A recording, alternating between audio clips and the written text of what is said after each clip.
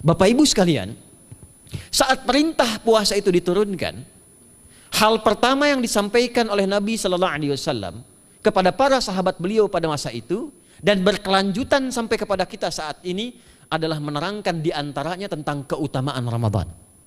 Untuk menjawab sekaligus mengentaskan hoaks yang pada saat itu dibangun oleh orang-orang Yahudi yang tinggal di Madinah.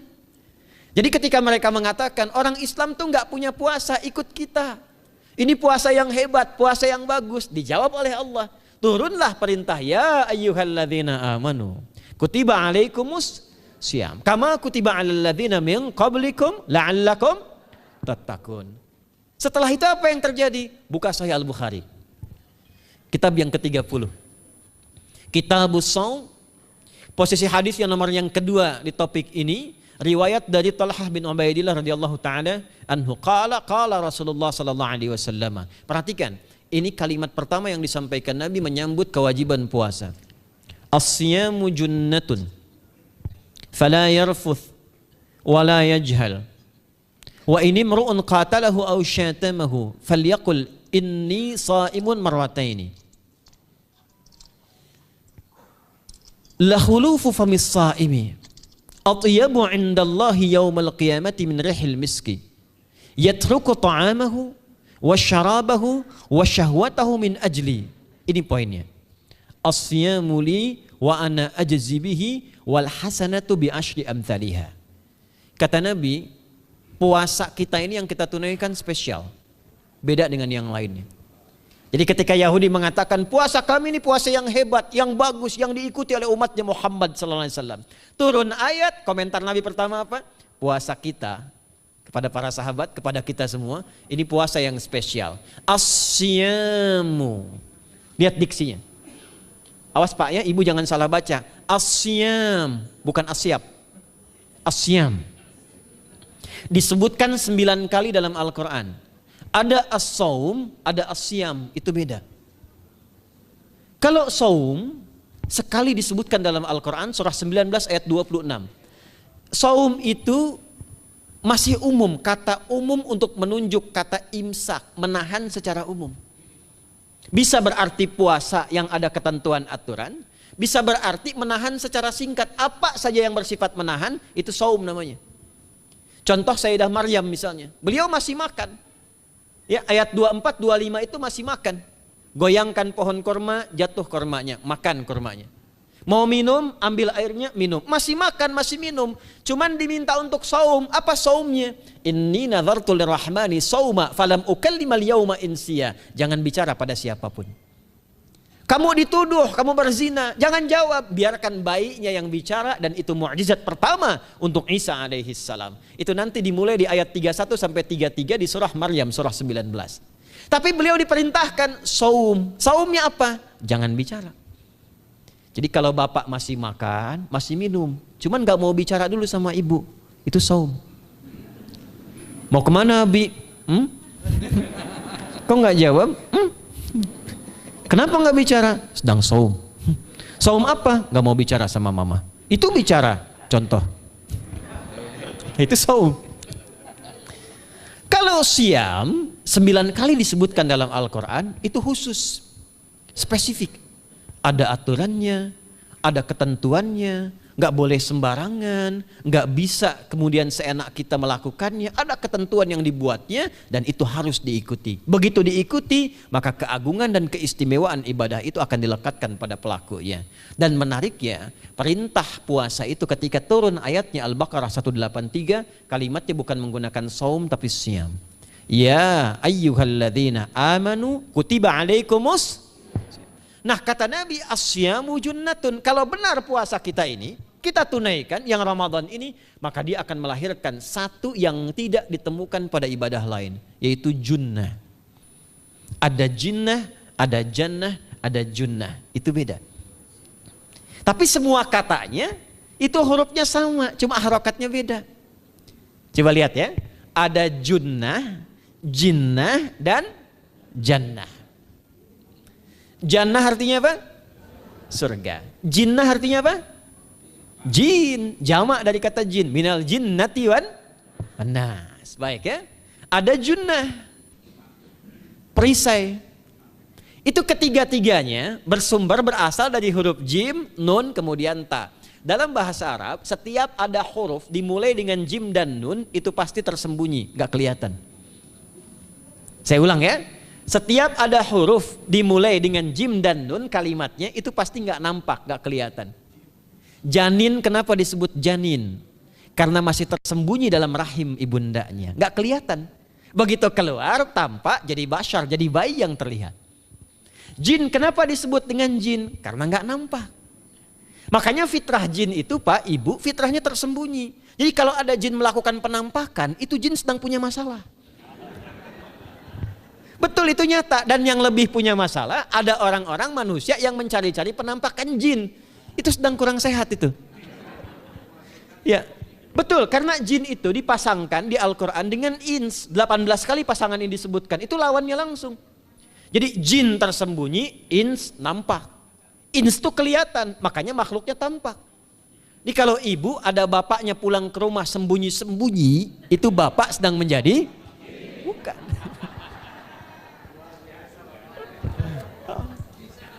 Kalau ibu sembunyi-sembunyi nyari dompet bapak, ibu sedang menjadi jin. Itu langsung pasangannya 3 itu. Ins itu seakar dari kata anisah, halus, lembut. Jin kasar, makanya disebut jin. Karena itu jarang ada orang kemasukan jin jadi lembut, tidak ada. Permisi mau ikut kajian sedang kemasukan jin, tidak. Kalau kata-katanya tidak meracau, tindakannya pasti kacau. Karena itu fitrah manusia itu pasti lembut. Kalau ada orang kasar, pasti ada yang salah dalam pergaulannya. Balik. Itu jin. Jannah, kenapa disebut jannah? Karena belum tampak sekarang. Makanya Nabi katakan mala ainun ra'at. Gak sama dengan yang seperti dilihat orang. Gak kelihatan, nanti kesuksesan tertinggi yang belum tampak disebut dengan jannah. Karena belum tampak. Junnah itu perisai yang bisa langsung membentengi kita dari setan secara otomatis.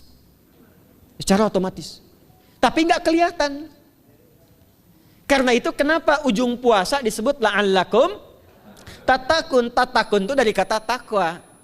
Takwa itu dari kata wikoyah. Wikoyah itu artinya perisai. Nah, perisainya tidak tampak dalam diri kita. Tapi kalau terbiasa menunaikan ibadah puasa ini, kata Nabi, yang pertama kali akan terjadi pada orang yang puasanya benar, dia akan mendapatkan perlindungan berupa perisai dari Allah, hasil dari latihan puasanya yang dapat membentengi dia dari setan. Jadi ciri khas puasa Ramadan itu kalau sukses ditunaikan, itu akan terjauh dari godaan setan. Setan itu provokator yang memang hanya mengarahkan pada keburukan. Jadi dia nggak kenal benar. Lawannya malaikat. Malaikat nggak kenal salah, Pak. Nah, supaya terbentengi dari itu semua, kata Nabi SAW, kita itu dihadiahi sekarang oleh Allah. Satu ibadah yang kalau dilakukan ibadah itu akan mengakumulasi ibadah-ibadah yang lainnya, yang saat bersamaan dahsyatnya ibadah ini bisa menghadirkan junnah, perisai yang membentengi dari setan. Karena itu ketika dilakukan ibadahnya, saat yang bersamaan bisa ditahan maksiatnya, ditingkatkan amal solehnya. Setan kan ngajaknya pada yang salah kan? Malaikat ngajak pada yang soleh. Ramadan itu keutamaannya kalau sudah tiba Ramadan, itu selalu kita terdorong pada yang saleh dan tertahan untuk yang salah. Itu hebatnya puasa Ramadan. Kalau nggak percaya silahkan Pak Ibu sekalian. Cuman Ramadan yang saat datang waktunya bisa menghentikan orang berbuat maksiat. Gak percaya cek. Orang yang punya sifat marah semarah-marahnya, itu saat Ramadan bisa berhenti marah. Buka jam 6 kurang seperempat ada yang provokasi. Dia bisa tahan marah tuh, istrinya bingung, tumben Pak nggak marah, entar habis maghrib. Bisa ditahan. Orang dusta bisa nggak dusta. Dan saat yang bersamaan, teman-teman sekalian, Bapak Ibu, itu bisa terdorong berbuat meningkatkan amal soleh. Sekarang kita keluar dari sini, ada yang minta, belum tentu dikasih. Nanti Ramadan tiba, sudah nyatat berapa yatimnya, berapa du'afanya. Amal soleh naik. Sekarang ada orang ketinggalan sholat fardu terlambat masih biasa. Ramadan ketinggalan sunnah itu gelisah. Betapa ibu-ibu para pejuang yang sangat luar biasa itu berjuang memperebutkan saf pertama setelah maghrib untuk menaruh sejadah. Ah, ini pelakunya nih. Tapi itu hebat, Bu. Saya tanya ibu kalau berjuang naruh sejadah setelah maghrib atau bahkan sebelum maghrib, itu sejadah disimpan di saf itu untuk ngejar sholat apa?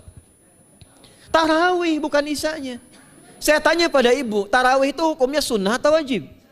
Sunnah. Ramadan tuh jangan, kan yang fardu, ketinggalan sunnah bisa gelisah.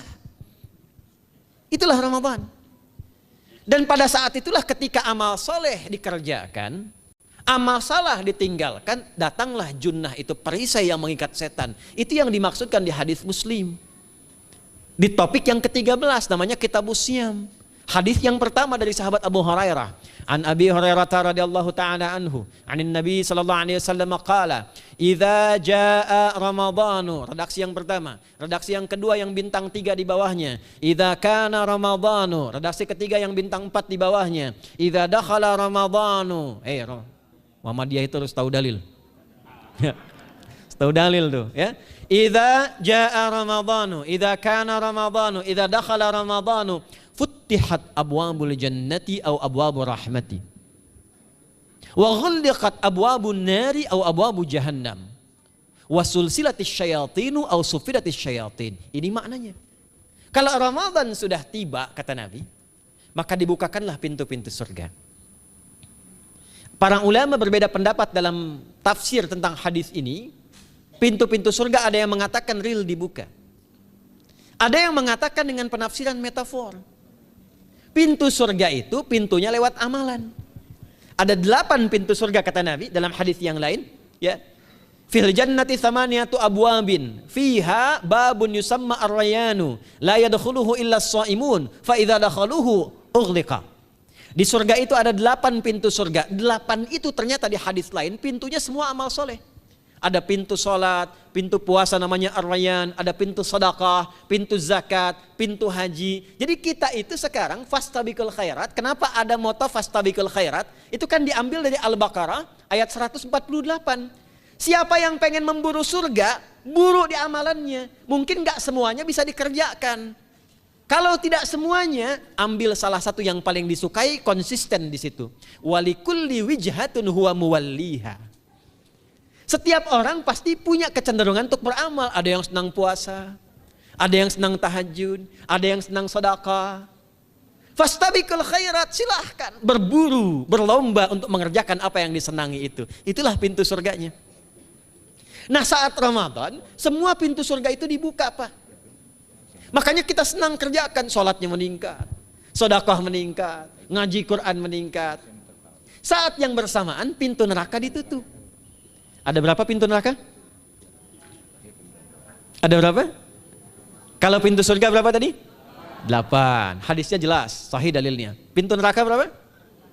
Bukan.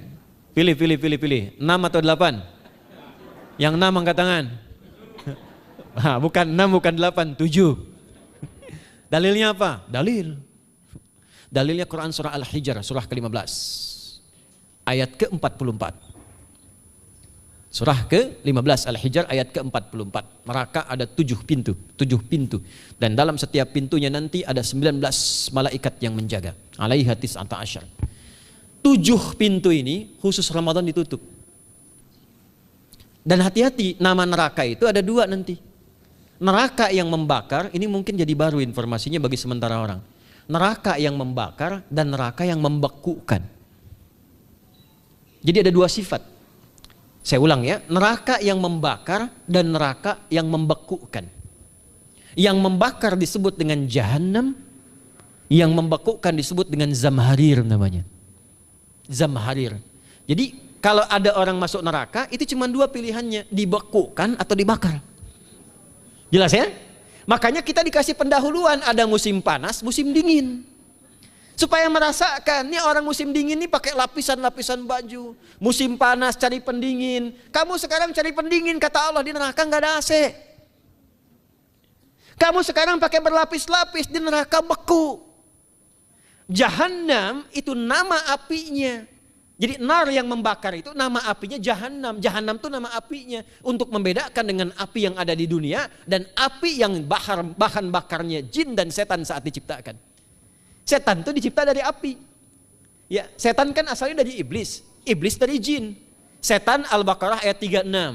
Dari iblis Al-Baqarah 34. Iblis dari jin, Quran surah Al-Kahf ayat 50. Kana minal jinni fa fasaqa an amri rabbi. Jin dari api yang menyambar-nyambar, Quran surah 15 ayat 27. Wal janna khalaqnahu min naris samum. Karena narnya narus samum, maka apinya mesti beda. Karena itulah nanti nerakanya yang membakar disebut dengan jahannam. Pintunya 7, namanya banyak. Ada sa'ir, ada lava, ada neraka hutamah. 7 pintu, besarnya disebut dengan jahannam. Khusus Ramadan tutup. Ramadan tutup. Wasulsilati syayatin. Setan itu dibelenggu, diikat rapat. Bagi orang yang mau puasa benar. Awas hati-hati. Bagi orang yang mau puasa benar, karena itu kalimatnya asyamu junnatun. Kalau benar puasanya, metafornya amalan dia bisa mengikat setan. Tapi kalau puasanya nggak benar, tetap digoda juga. Makanya jangan heran, walaupun Ramadan tetap kotak infak ada yang hilang. Sendal ada yang hilang. Karena puasanya bukan siam, puasanya saum. Sedangkan diksi Nabi yang mengatakan asyamu junnatun. Puasanya yang harus benar. Nanti kita belajar fikih setelah itu. Saya ingin pendahuluan dulu ya. Setelah itu apa yang kata Nabi katakan? Ini masih mukadimah ya kita ya. Ini luar biasa nih. Ya. Jadi keutamaan Ramadan itu dahsyatnya dengan puasa biasa. Kata Nabi, kalau orang benar puasanya, bebas dia dari setan. Bukan nggak digoda, Allah kasih benteng sehingga setan nggak tembus kepada dia. Itu satu. Itu keutamaan Ramadan. 2, teruskan dulu langsung ke ujung hadisnya saja ya. Kalau yang tadi nanti latihannya fala yarfus fala yajal, itu latihan. Yang kedua, Allah langsung yang mengatakan dalam hadis qudsinya, asyamu li wa ana ajzi bihi. Khusus Ramadan, kalau ditunaikan dengan benar, maka semua yang puasa itu aku langsung yang memberikan takaran pahalanya. Sekarang kita hitung-hitungan dikit ya. Bapak Ibu kan senang hitung. Tadi bangun aja kan dihitung kan. Ya, dapatnya sekian, berkurangnya sekian, ya usahanya sekian. Sekarang kita ngitung pahala nih. Ada rumus hitung pahala dalam Al-Quran. Ya, saya tanya sebentar. Kalau satu kita kerjakan ibadah, pahalanya berapa? 10. Dalil. Apa dalilnya? Quran surah ke-6 ayat 160. Man jaa baik bil hasanati falahu asyru amthaliha. Siapa yang melakukan satu perbuatan hasanah. Hasanah itu perbuatan baik yang bernilai pahala. Itu hasanah namanya. Pahalanya disebut ajrun namanya. Lahum ajrun ghairu mamnun. Jadi perbuatan baik yang bernilai pahala disebut apa? Hasanah. Ya, eksekusinya, implementasinya disebut amal soleh. Pahalanya, hitungannya disebut ajrun namanya. Jamaknya disebut dengan ujur. Di setiap poinnya disebut dengan ajrun namanya. Nah, orang yang mengerjakan perbuatan baik berpotensi punya nilai pahala, itu setiap perbuatan baiknya 10 kebaikan. Contoh kita sholat nih, sehari berapa waktu? 5. Berapa rakaat? 17. Al-Fatihahnya 18 atau 19 kali? 17 kali ya. Kalau 18 kali berarti subuhnya 3 rakaat. Nah, itu kan kalau kita buka hadis Muslim nomor hadis 162, saat Nabi dalam peristiwa setelah Isra itu ke Masjidil Aqsa, kemudian araja bina Jibril alaihissalam, Mi'raj naik ke Sidratul Muntaha. Sidratul Muntahanya ada di surah An-Najm dari ayat 1 sampai 18-nya. Itu ketika menerima perintah salat pertama kali kan bukan 5, tapi 50. Turun kan Nabi kemudian ke langit ke-7, ketemu Nabi Ibrahim sedang senderan di Baitul Ma'mur, punggungnya senderan. Itu ada kisahnya di hadis Muslim nomor hadis 162. Kemudian turun lagi ke Nabi Musa. Nabi Musa itu kan tipikalnya senang, yang pertama agak temperamen, yang kedua itu senang mengomunikasikan sesuatu. Makanya ketika dengan Khidir alaihi salam itu senang, ya, kritisnya itu muncul kepada Nabi Muhammad ketika turun dari Sidratul Muntaha ke langit yang ke-6 itu ketemu Nabi Musa, ditanya, Muhammad SAW dapat apa tadi? Sholat. Berapa waktu? 50. Kamu tahu nggak? Umat saya itu kekar-kekar besar-besar. Segitu aja nggak kuat, apalagi umat kamu yang kayak kita sekarang nih. Minta lagi diskon sama Allah katanya. Naik tuh, minta lagi. Singkatnya 9 kali naik, setiap naik dikurangi 5. 9 kali 5 berapa? 45. 50 kurangi 45 berapa? 5. Turunlah 5. Sampai 5 pun Nabi Musa masih komennya begini, minta lagi aja diskon. Kata Nabi, saya kurang enak lah, malu saya. Sudah diberikan yang paling pokok 5. Dan itu pun belum selesai. Dengan senyumnya kemudian, lihat ini indahnya. Setiap 5 itu Allah menetapkan, setiap satunya punya 10 nilai. Jadi kalau kita kerjakan 5 waktu dikali 10 berapa? 50. Itulah dahsyatnya umat Nabi Muhammad karena keutamaan nabinya. Walaupun 5, nilainya tetap setara dengan yang umat Nabi Musa 50 kali. Karena itu keutamaan Nabi Muhammad itu sangat luar biasa. Sampai nanti dipuji oleh begitu tinggi. Sifatnya, rasanya di ujung surah At-Taubah itu. Akhlaknya di surah Al-Qalam itu. Dan karena kemuliaan ini kita dapat barakahnya. Percikan keberkahannya. Apa itu? Ketika Ramadan yang puasa-puasa lain standar. Puasanya umat Muhammad SAW. Setiap puasanya itu pahalanya dilipat gandakan tak terbatas. Allah langsung menilai keikhlasan pada hambanya. Paling minimal kalikan 10 kali lipat lagi dari hari biasa. Wal hasanatu bi asyri amthaliha. Jadi kalau sekarang baca Quran sekarang ini, satu hurufnya berapa? Tahu dari mana? Ya, di At-Tirmidzi nomor hadis 2910. Man qara'a harfan min kitabillahi falahu asyru hasanat. Setiap ada orang baca satu kitabullah dengan syarat dia mukmin, muslim, baca satu huruf dari kitabullah, dapat 10 kebaikan. Satu hurufnya 10, Bu, Pak. Walam aqul alif lam mim harfun, saya tidak katakan kata Nabi alif lam mim satu huruf, walakin alifun harfun, lamun harfun, mimun harfun, walikulli harfin asyru hasanat. Tapi alifnya satu huruf, lamnya satu huruf, mimnya satu huruf, setiap hurufnya 10 kebaikan. Saya kalau ada papan tulis, saya turunkan ini pakai syarah ilmu arud. Itu dahsyat lagi. Arud itu menuliskan apa yang dikatakan, bukan menuliskan simbol yang ditunjukkan. Jadi kalau kita bilang alif, tulis alif. Dan alif itu kan ada 3 huruf, hamzah, lam, fa. Hamzah berapa huruf? Tulis lagi hamzah. Itu baca Quran kalau ikhlas, pahalanya berlipat. Paling standar satu hurufnya 10. Dan hampir nggak ada orang baca Quran cuma satu huruf. Nun. Udah dulu 10 lumayan. Nggak ada. Pasti banyak itu. Dan Ramadan lebih meningkat lagi. Dan dikalikan 10 lagi, itu paling standarnya satu huruf 100, Pak, Bu. Makanya Ramadan tuh limpahan pahala, rugi orang kalau nggak ibadah saat Ramadan itu. Nabi aja itu tadarusan Quran sekali khatam. Saat tahun meninggalnya 2 kali khatam untuk ngejar kemuliaan-kemuliaan contoh bagi kita. Itu Ramadan. Jadi ini yang pertama menjadikan kita mesti sadar Ramadan beda dengan bulan biasa. Maka disampaikan oleh Nabi yang pertama ada pelipat gandaan pahala. Yang kedua ada perisai yang bisa menjauhkan kita dari setan. Yang ketiga, saya tutup mukadimahnya. Yang ketiga, hanya Ramadan yang siang malam melahirkan ampunan Allah Subhanahu wa taala. Siang malam. Kita kalau mau nyari ampunan itu bisa kapanpun minta ampun. Tapi ada waktu-waktu yang sangat strategis dan tempat-tempat yang sangat efektif mempercepat mengabulkan doa. Contoh waktu misal sepertiga malam. Itu cepat terkabul doa, hadisnya qudsi. Di antara azan dan iqamah. Waktu singkat di waktu Jumat, ada yang menafsirkan antara duduk khutbah, 1 dan 2, ada yang menafsirkan waktu asar menjelang ke maghrib. Dan itu nanti sepeninggal Nabi ada di antara istri Nabi SAW memburu waktu singkat yang luar biasa ini untuk berdoa. Hafal doanya ya. Allahumma kfina bihalalika an haramik wa aghdina bi ta'atika an ma'siyatik wa bi fadlika amman siwak. Itu dibiasakan di hari Jumat dibacakan. Ya, hafal nggak? Nah, nanti diputar lagi videonya ya, kan ini kita sampai ini lihat lagi. Ya, kembalikan. Ada yang sifatnya tempat. Mihrab itu mustajab. Makanya kenapa imam itu di mihrab? Karena mewakili makmum untuk berdoa. Karena itu pilih imam yang betul-betul paham fikih salat. Bagus bacaannya dan ngerti fikih salat supaya dia sebelum salat melihat ke belakang.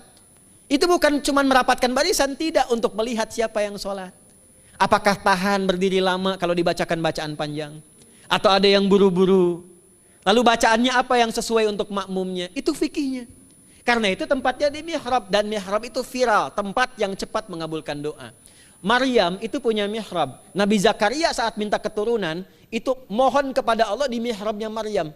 Ali Imran ayat 38 sampai 39. Hunalika da'a Zakaria rabbah qala rabbi habli min ladunka dzurriyyatan thayyibah innaka sami'ud du'a. Fanadatul malaikatu wa huwa qa'imun yusalli fil mihrab. Cepat terkabul doa. Masjid cepat terkabul doa.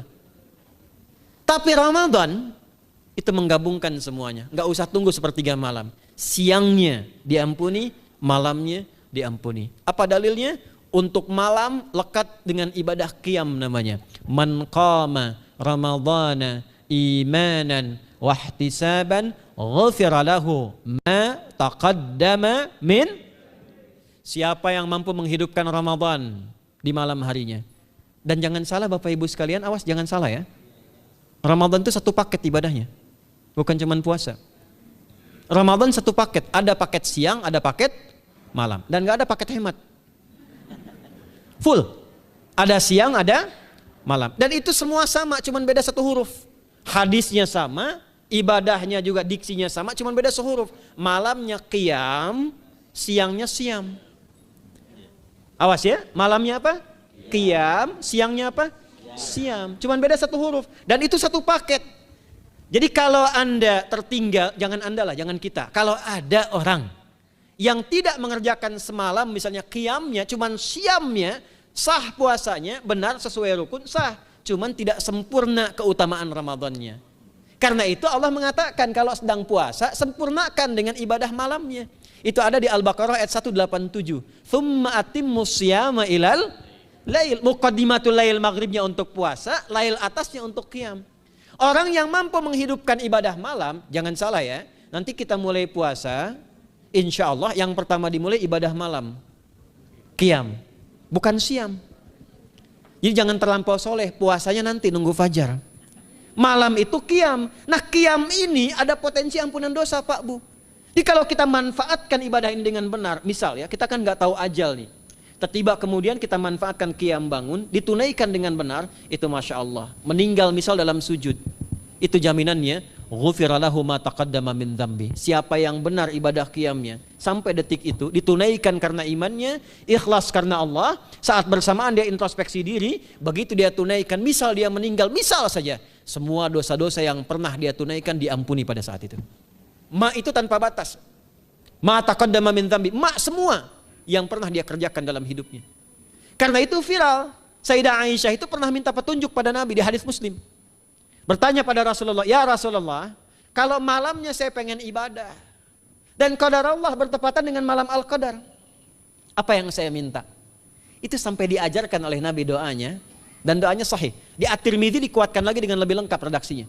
Kata Nabi, kalau engkau bersamaan dengan itu malam hari bangun, bersamaan, faquli, katakanlah, Allahumma innaka afuwun karim tuhibbul afwa fa'fu anni. Nanti di hadis yang Muslim, Allahumma innaka afuwun, di At-Tirmidzi ada kata karimnya. Innaka afuwun karim tuhibbul afwa fa'fu anni. Itu malam Bu. Biasanya nunggu sepertiga malam, waktu sahar. Ya, jadi waktu sahar itu waktu singkat menjelang fajar. Kalau subuh sekarang 4:08, itu kira-kira sahar tuh jam setengah 4 lah, ya 3:30 sampai jam 4 itu namanya sahar, bukan lail. Kalau lail dari ba'da isya sampai sahar. Sekarang isya setengah 8 misalnya, jam 8 tuh sampai setengah 4 namanya lail. Jelas ya? Lail tuh malam, jamaknya layali. Turunannya lela, lili, lala itu malam. Ya, ibu leli, ibu malam-malam gitu ya. Gitu. Nah itu waktu menjelang fajar setelah lail sahar, jamaknya ashar. Ashar itu disampaikan di Al-Quran waktu terbaik untuk istighfar. Quran surah 51 ayat 18. Wabil ashari hum yastaghfirun. Yang biasa istighfar berpeluang dapat ridho Allah dan disiapkan surga terbaik melebihi kemewahan dunia. Itu ada di ayat ke-16, 17, 18. Ya, dari ayat 15-nya, 16-nya, 17-nya adalah untuk yang saharnya, 16-nya itu kalimatnya. Ya, 16-nya dengan mengatakan Rabbana amanna faghfir lana dzunubana wa qina adzabannar. Ayat 17-nya as-sabirina was-sadiqina wal qanitina wal munfiqina wal mustaghfirina bil ashar. Itu hari biasa seperti sekarang. Ramadan dari ba'da isya sampai terus lagi sampai masuk waktu fajar, siangnya pun masih ada ampunan Allah. Man shoma ramadhana imanan wahtisaban ghufira lahu ma taqaddama min. Saya tanya sekarang, siapa yang enggak punya dosa boleh angkat tangan? Yang dosanya banyak boleh angkat tangan. Tuh, saking banyaknya kita nggak bisa ngangkat. Sekarang rubah kalimatnya. Yang ingin masuk surga angkat tangan. Insya Allah. Yang ingin surga Firdaus angkat tangan. Tuh. Maka ironi itu tampak dalam perilaku kita. pengen ke surga, tingkatan Firdaus, tapi ngaku dosa banyak. Itu dia. Maka Allah punya sifat Rahman dan Rahim. Rahman untuk dunia, Rahim untuk akhirat. Maka diberikanlah kesempatan Ramadan untuk menggugurkan semua dosa itu.